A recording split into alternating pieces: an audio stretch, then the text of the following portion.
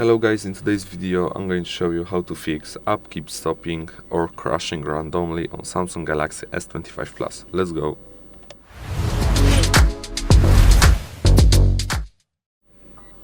Okay guys, so it's easy. All we need to do is we go to settings, then we scroll all the way down here to apps, you click it, then you look for Android System WebView, which is here, you click it, and there is two things you need to do, and two might work, because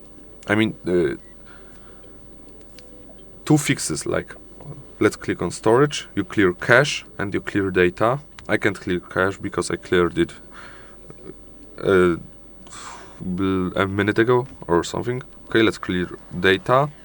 If you clear data, it automatically clears cache, so just clear data, okay, and then see if it works, restart your app and see if it works, if it stops or crashes, and if it don't crashes or stop, okay, you fixed it, and if it still crashes, you go here, uninstall updates, and okay, as you can see, it's uninstalled. Okay, let's turn it off. Let's go to Play Store, go to search bar and look for Android System WebView. I have it here.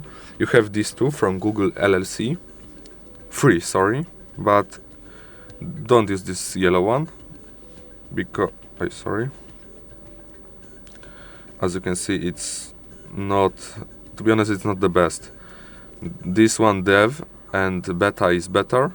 And if it don't work for your phone, because you might have your phone might don't work with them because your phone is older, or it's the newer one, then you go here to Google and look for Android System WebView. I'm gonna show you that as you can see, Android System WebView, and here you have 9.3 million reviews, 4.2 stars. You click on it and you click update. I don't know why it don't show up in Play Store, but you can look in Google and it will give you a link which will show you the way to this in Play Store. Okay, then as you can see, I will show you in settings that we have it updated here. As you can see, it's here, and now you probably should clear cache or not.